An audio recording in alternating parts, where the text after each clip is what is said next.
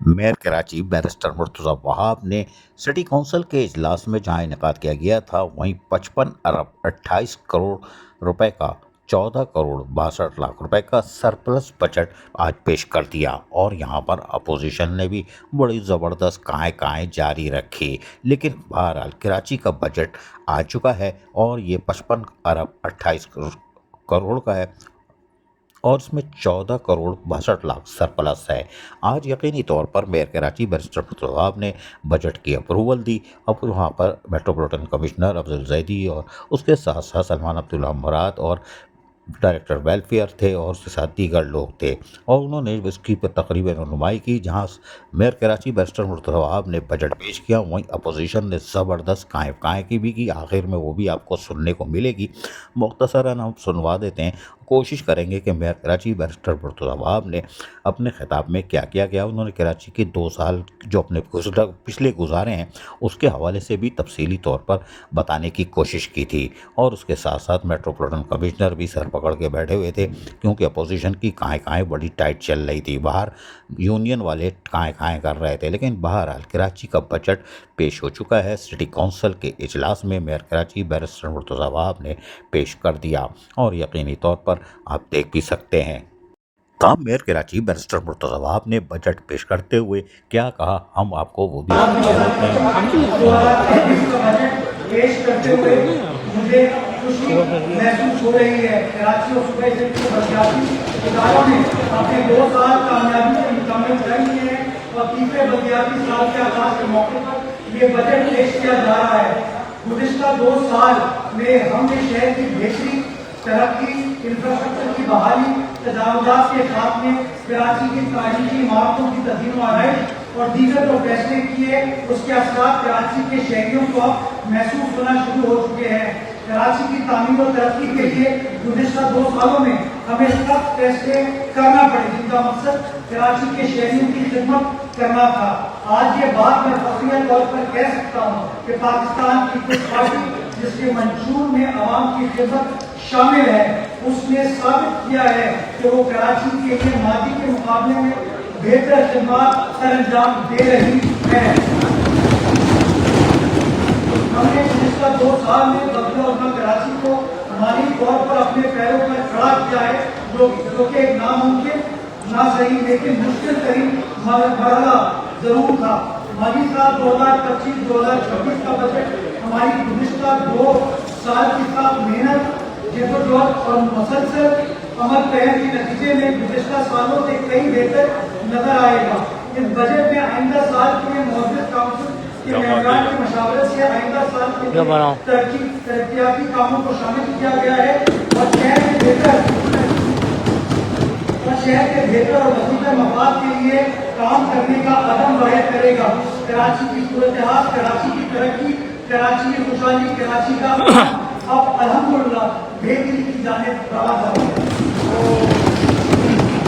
معزز ممبران، کسی بھی ادارے کا بجٹ اس کی کارکردگی، اس کی صلاحیت اور اس کی مالی مضبوطی کا آئینہ ہوتا ہے۔ آئندہ مالی سال کا بجٹ معزز ممبران کے سامنے پیش کرنے سے قبل میں ضروری سمجھتا ہوں کہ گزشتہ سال ہم نے شہر کی تعمیر اور ترقی کے لیے جو اہم اقدامات کیے وہ آپ کے سامنے پیش کروں۔ چیئرمین پاکستان پیپلز پارٹی بلاول بھٹو زرداری نے مجھ سمیت تمام بلدیاتی ممبران پر شہر کی جو اہم ذمہ داری سپرد کی تھی، ہم نے بھرپور طریقے سے کوشش کی ہے کہ ان کی اور کراچی کے عوام کی امیدوں کو پورا کریں، اور یہ ثابت کریں کہ پاکستان پیپلز پارٹی ہی وہ واحد جماعت ہے جو خدمت کو عبادت سمجھتی ہے، اور شہر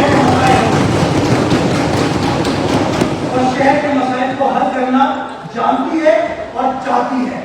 معزز ممبران، میں آپ کے سامنے ان چیدہ کاموں کا ذکر ضرور کرنا چاہوں گا جو ہم نے گزشتہ سال سر انجام دیے، اور شہریوں نے نہ صرف اسے سراہا بلکہ ہماری کارکردگی پر اطمینان کا اظہار بھی۔